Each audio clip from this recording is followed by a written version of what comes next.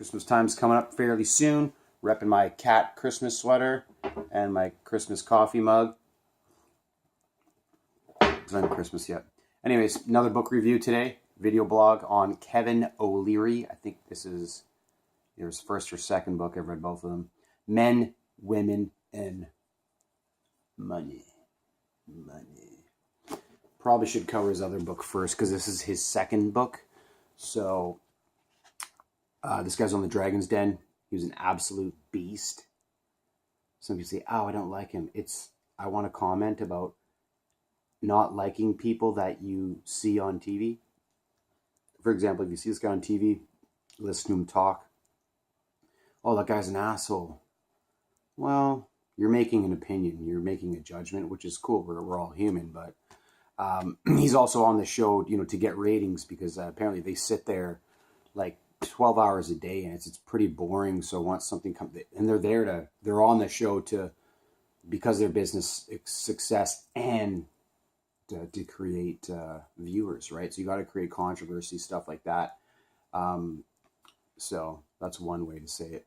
But yeah, so different. Now, so I'm talking about the martial arts of money, right? You look at him or Robert Herjavec or other people. There's just different ways. All those people on that panel are successful business people, but they can do it in different paths. There's like 300 million ways to make money. So just figure one out for you and take your path. So I really love this book. These books were really, really good. I got so much value out of them. I highly recommend it to anyone, like absolutely anyone. I love his just no bullshit, common sense business approach. He's just kind of say it how it is. He's a titan. Amazing story, which I'll cover in his other book of how he got successful. It was in software. All these guys, software. So I'm just going to read some highlighted notes. But what's best for you in your current situation is not to let things get worse and instead to get away from the growing cloud of financial insecurities you are used to living under. That's true. The one thing I found in my experience is that people put more plan into their vacation than they do their budget. It's like you have to talk about money. Like it's okay. Everybody struggles with money. 95% of people struggle with money or have some kind of money issue. Like it just like there's this like wall where there's this like taboo thing and people get worried about talking about money. It's like with my close friends, it's all I really do is talk about money and our goals, and it's awesome. And I love it, and they help me and I help them, and I just throw my insecurities out there. It's like everybody's insecure about something, right? So knowing that you're insecure actually is strength. So if you throw your insecurity out there, it's only because you've put a lack of hours into that skill or that security. You're insecure because you're not aware of it. So if you're insecure about fighting, you've never gone in the ring. Okay, well, go in the ring and fight. Just see what happens. Don't let the fear hold you back from swinging. Anyways, don't hang around other emotional spenders. I got improvement there. I'm kind of an emotional spender. I don't carry my credit card out with me. I have my bank card just because it's convenient. I got a little tiny wallet. Just for me, carrying around, I'm disciplined enough not to use my bank card a lot, but carrying around cash is I spend it. So I don't like that. But emotional spending, yeah, that's a tough one. Super tough. Super tough. Okay, this book was very like easy read too, which I did like. Okay, let's see here. The culture of companies mandated to pay you a dividend is different from those who mandate it simply to grow market share and create profit. I'll repeat again because it's kind of technical. The culture of companies mandated to pay you a dividend is different from those whose mandate is to simply grow market share and create profit from it. That's a whole other beast. It might not make a lot of sense if you don't have like a financial markets background. This is high level business. I'll just be honest. This isn't like mom and pop small stuff. Like this guy is a tycoon. So never invest more than 5% into any one stock, and never more than 20% into any one sector. Okay, so here's an issue I have with the financial literature that's out in the marketplace.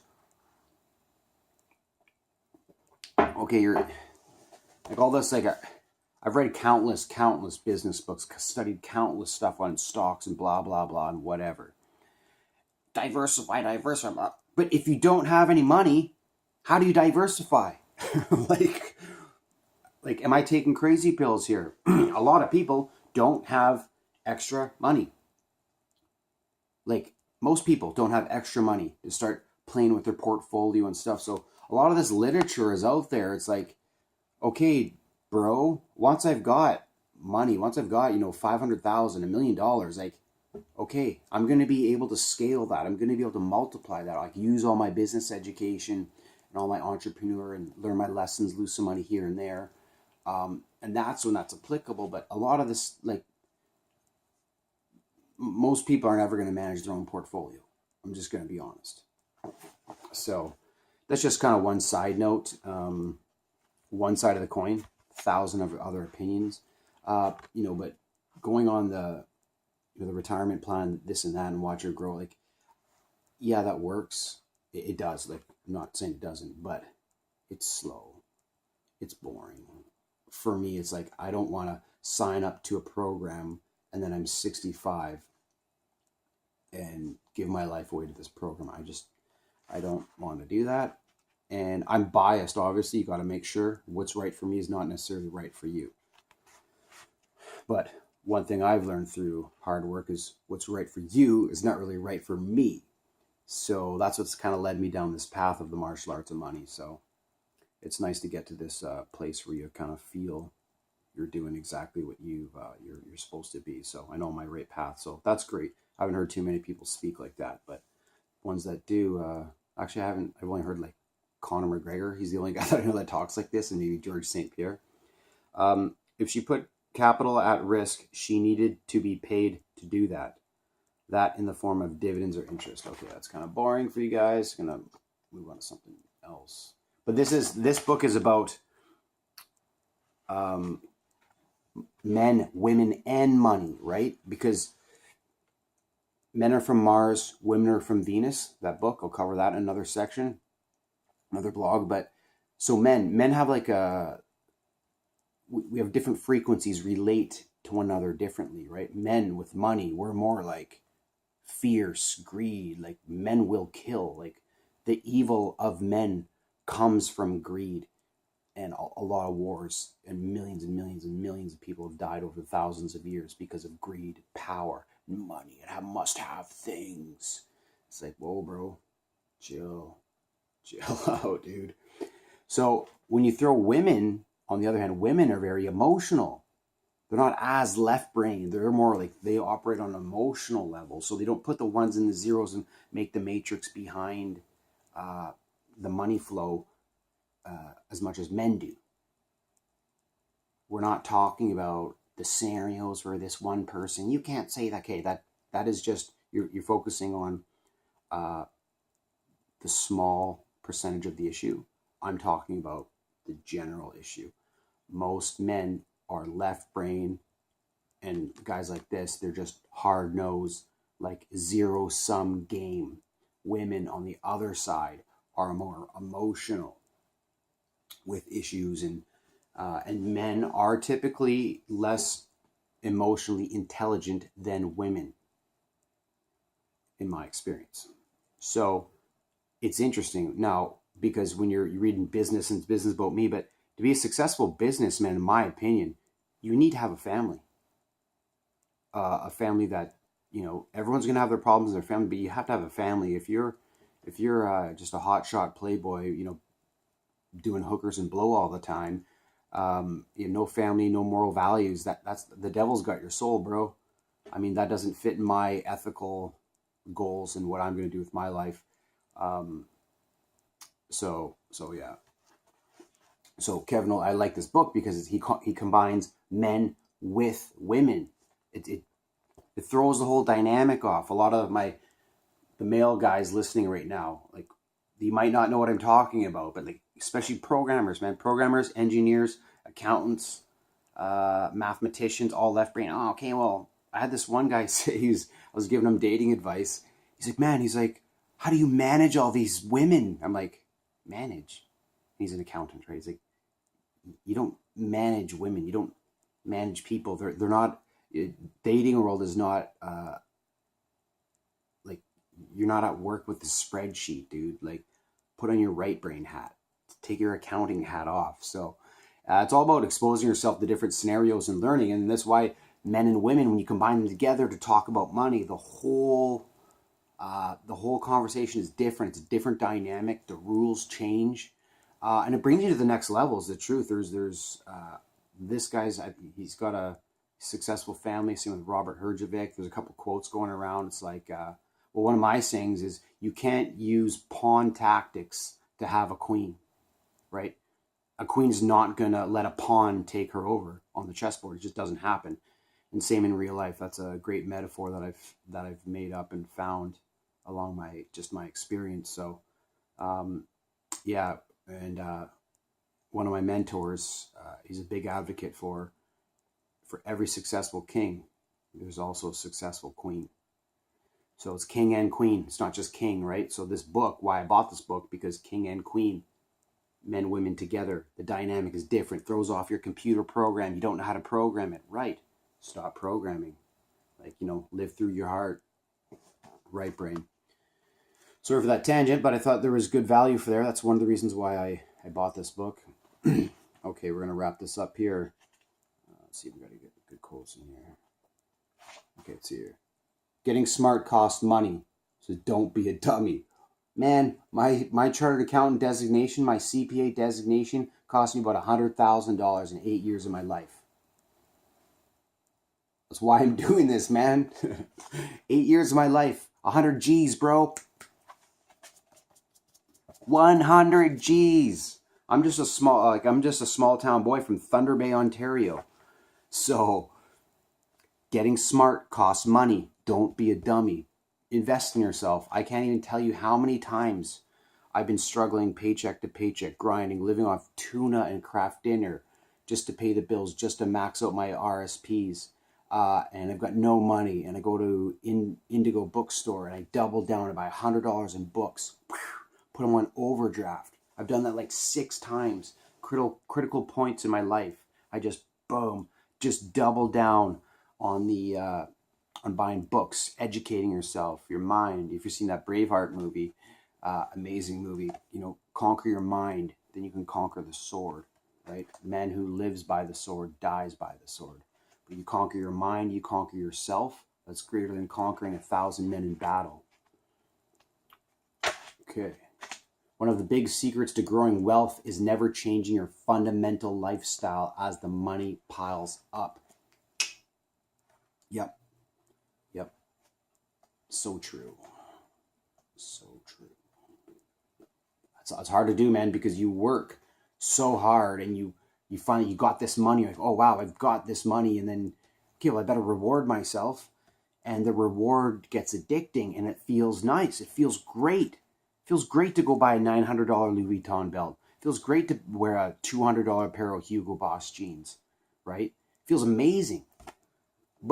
And it's good to reward yourself and treat yourself. However, if you let that greed and the monetary things take control of you, take control of your soul, that's when the devil takes you over. And that leads you to a very dark place, but to each his own. If you make $3 million but the devil's got a hold of you, so many people, like, when they make that money, they get cocaine addictions, they get alcohol addictions. Yeah. So just be careful, man, because I've had a lot of friends, someone I worked with in particular, he had doing amazing, and he's had 3 heart attacks and like a heart failure already. And he's like 40. It's like, dude, like, you know what you're doing, man. So your health is more important than money. So if you can't pay for a first date, you shouldn't be dating. Boom. slap some more wisdom. I remember this. When I read that, I was just like, damn. If you can't pay for a first date, you should not be dating. I was single about 5 years ago in Vancouver, and I was doing extremely well in the dating world. And, you know, I went out for a couple dinners sometimes, but most of the time I didn't spend money on my dates. And you're like, what? Yeah, no, I don't know you, right? I don't know who you are. Oh, why? Because you're hot, you're good looking, you have a vagina. I got to pay $80 for us to hang out for 2 hours? No, I'm not doing that. I don't know that. We have to work together and see if that's even worth my money. Because, you know, I'm a man trying to do something with my life, and also I'm frugal, and I find it's with women, for example, I do things differently. If you go I've done the date, the coffee, hey, going for a coffee date, and I feel like, here's my, oh, you want my resume? Okay, here, check the box. Okay, where do we go next? It's like, I don't got time for that, man. Ain't nobody got time for that. It's not very organic to me. It's very pushed and forced, and I don't, like, there's no way you're going to get to know me in an hour, right? It's going to take you probably a year to really get to know me. So I find I like to do, what I would do for dates is I would just, something that I wanted to do, some kind of bucket list activity. I would just take this total stranger on this date, and we're going to go do this. And it was very, I don't know, I call it smart, but kind of two birds with one stone kind of thing. So something I wanted to do, and then, okay, well, we're going to go on this date, and then we'll go do this activity or whatever it is, a tourist thing, and just enjoy it together, and then take it from there. At least that way I spent some money and got something out of it. And typically I would pay for the other woman, because, like, you're not going to be, you know, if you're going to be that cheap guy, like right here, if you can't afford to pay for a date, you shouldn't be dating, bro. Because you probably got some other issues you got to work on, and that's totally fine. That's cool. Work on those issues before you start working on those issues. But yeah, this is a great book, man. And sorry for taking 15 minutes here of your life, but I do believe when I do these video blogs, there is value coming out of my heart here. So yeah, I'm just trying to give back and, you know, be a good role model. And for anyone coming up the pipeline from a small city and stuff like that, you can literally achieve anything you want. So the most important financial decision you'll ever make is who you'll marry. What? What? How dare him? How dare him? Man, but it's so true, though. That's the thing with this guy, right? He's so, like, controversial, but, like, he's right. He's legit. He's not, like, he's a overall great person. Like, a guy with this kind of attitude doesn't write a book about men, women, and money. It would just be about him, greed. It's like, no, dude. That type of thinking, when you're passing judgment onto someone, you need to look within and judge yourself. Like, this guy's, like, helping you. He took time out of his life to give this wisdom back. I took 20 minutes out of my day, and I got tons of work to do this video blog. Okay, so I want to finish this because this is freaking great. The most important financial decision you'll ever make is who you marry. Divorce is expensive. So if you get any of this stuff wrong, you're looking at a potential depletion of wealth. Fact. I gotta read that again. Divorce is expensive. So if you get any of this stuff wrong, you're looking at a potential depletion of wealth. Fact. So let's talk numbers here. Let's talk the martial arts of money here. So I don't know what, like, apparently this is dogmatic truth. I don't know the stats, that 50% of divorces or marriages end up in divorce. I don't know what it is. And I don't have numbers. Someone get a fact checker. That'd be great for me. So if you look at risks in your life, right? Plan ahead. Oh yeah, there's a big chance that marriage will fail. Okay, so what does this mean to me financially? Like, just think about that. And sit down and write it on a piece of paper and just reflect. Slow down. Take some time. It's your time, no one else's time. For me, one of the the biggest thing I can say about being an entrepreneur was the fact that I'm in control of my time now. I do what I want, when I want, how I want, wherever I want, with whoever I want. And that sounds very maybe narcissist or conceited. I'm not sure what the correct term would be. But until you've gone down this path, it's hard to relate to what I'm saying. Because as soon as I was in control of my time, things in the world started coming together for me. Answers in the world that I was looking for spiritually started coming together for me. It was like this. In my mind, all these things just started coming together. And when I worked at other people's companies for I did about 10 years, it was cool. Like, I mean, you know, good ups and bads. I had really tough places I worked at, but that's okay. It makes you a stronger person. We can survive in those environments. And there's a lot of places that I really enjoyed working at, and I make really good money. I'd be in the 5% of people that make money in the workforce. But for me, it was just, my roles were so, like, this is one of the tricks with the corporate world. They make you feel responsible, right? And for me, I'm managing 12 corporations in 5 different countries, $1 million in cash a month that I'm controlling. I got the bank and I'm controlling the money. Yeah, you're not working 40 hours. So the why I'm saying that is because those roles oftentimes come before your personal issues. And the one thing I see from my eagle eye is that a lot of people sacrifice their personal time and what they need to focus on themselves for a paycheck. And that's the root of like so many problems in the world with people in North America. And then you get, okay, oh, I'm depressed. Well, no wonder you're depressed. You're working for a shitty job at a shitty paycheck. Like, oh, well, my doctor prescribed me some pills. No, that's not the answer, man.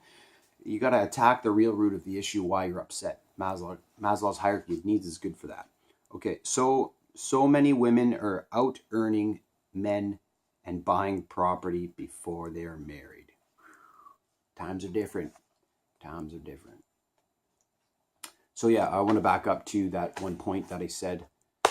So for me as an entrepreneur, one thing that really started coming together when I was just like sitting down and just like, and I always use this analogy. I was actually in university at the time, but I don't know, I'll just look up weird stuff, right? I'll investigate. That's what I do. I have all these lists of research and whatever I'm trying to do.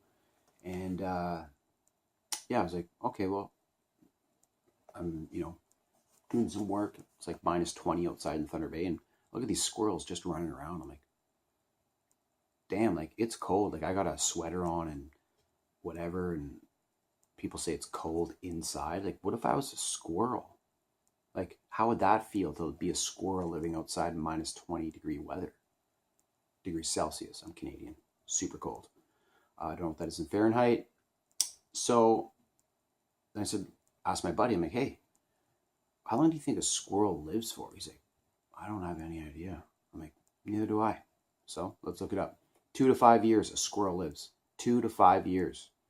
So what if a squirrel lived in the house? How long do you think he'd live then? Probably a lot longer. So why is that important? Because when I started to become in control of my time, I could look up answers like that and take the time out of my life to find that answer. And is finding the answer about a squirrel gonna make me a millionaire? No. And that's where you have to take off your tactical brain, your tactical hat, take off your blindfolders, relax, and see the conceptual framework of the whole big picture. Okay? I find a lot of people focus on just this tiny little picture, and you got to talk one thing, and I don't even like talking tiny little things unless we're talking about fighting, because on a tactical level, martial arts is kind of what I do. And my business, I don't talk on a tactical level because you don't show people your secrets. You don't. That's just kind of what you do. That's proprietary information. So, yeah, being in control of your time just leads you, and then you apply that thought process for 5 years, and where it takes you, it's very, very, very. I'm not sure what the word is. Enlightening. Yeah. Okay, you become soulmates after building something together over time. It's a great book. I'm glad because I haven't read this book in a few years, right? Friends who didn't make it on the list offered to bartend so they could join the party. The focus was exactly where we wanted to be, on us, our close family, and our commitment to each other. Memories are created by people, not products. So true, so true, so true. Interesting that this book is coming to me right now. I've been getting grinded for years to propose to my girlfriend. She married me when I had nothing. That's love. Damn. I can't. Yeah, every man should read this book for sure, and women. Mortgages are banks' number one money maker, which is why they're often easy to get and hard to get out of. Mortgage. Death contract. If you study and research money, you will find that mortgages, I believe they're invented, in France. It literally means death grip, death contract. That's what mortgage means.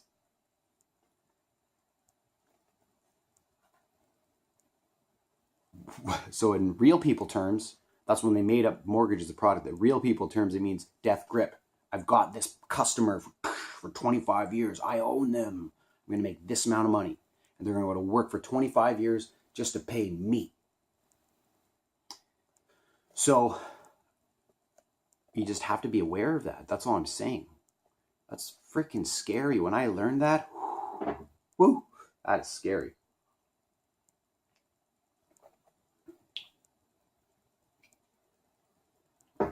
And why is that scary? Well, about 5 years ago, I was a chartered accountant, controller position at a high-tech company. I was in control of 12 corporations, 5 different countries. Group was publicly held on the public stock exchange, the Pink Sheets. I was cashing, how much? $500,000 checks every month. So every 2 weeks, I would go to the bank. I would write a check for $250,000. Get Buddy to sign it, that it was his money. Go to the bank, cash it, feel the operations, international operations. So it was cool to see. I got a convertible BMW, just, got a car that 8 out of 10 people will never even ride in their life. So things are going well. And I'm happy, living on the beach, literally the ocean, 23rd floor corner suite in downtown Vancouver. Things are good, right? But then I look around me and I'm like, Well, by society's terms, I'm an expert with numbers. I'm in the top echelon of academic in society. But how do you afford that house? And how much is that house worth? Oh, that house is $1 million? Well, I don't, like, how can I afford that? Like, I know I'm doing like extremely well. Something's not right here. So if I can't do the math and figure something out, there's an angle that I'm not seeing. And that's where the martial arts of money comes in. In Vancouver in particular, my point was, back to mortgage death grip, is that you drive around and you look, this guy's got the Mercedes Benz, he's got this nice house and this and that, but most of those people just get by paying the bills. That's where my whole anti-conformity comes from. That's why I'm on my path I'm on now. I don't want to get in those traps. Because what I've seen, and it's not just Vancouver, even Thunder Bay, Ontario, people are not smart with money because they don't put time into it. I've dedicated most of my life to money.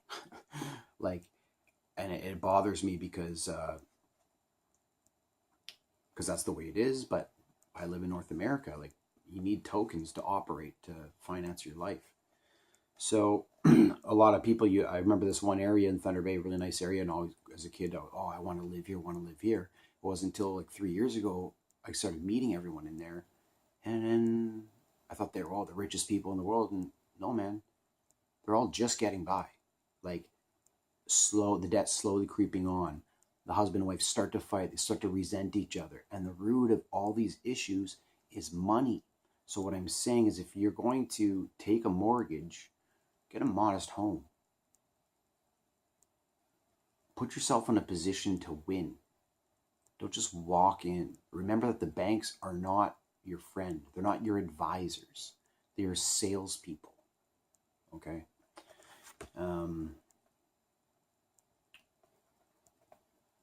Once the bank has the long-term relationship with you, they can sell you all sorts of other things. Yeah. The banks, they're funny. They don't want you when you need them, but when you don't need them, they want you. Okay, I'm going to stop this podcast here because it's taking too long now. 30 minutes of my day. But wow, what a good book. It's an absolute good book. I might actually read this book again. This book is so good. So I'm going to say to you, Kevin O'Leary, thank you, sir, for writing this book. Thank you for going on the Dragon's Den. And run for Prime Minister, please. I will definitely vote for you. I think you'd be a great leader to represent Canadians. You have a good heart.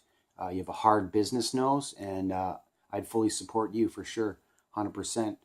All right, Jesse McDougall, Martial Arts and Money. Take care, and thanks for the emails so far, and keep them coming if you want. See ya.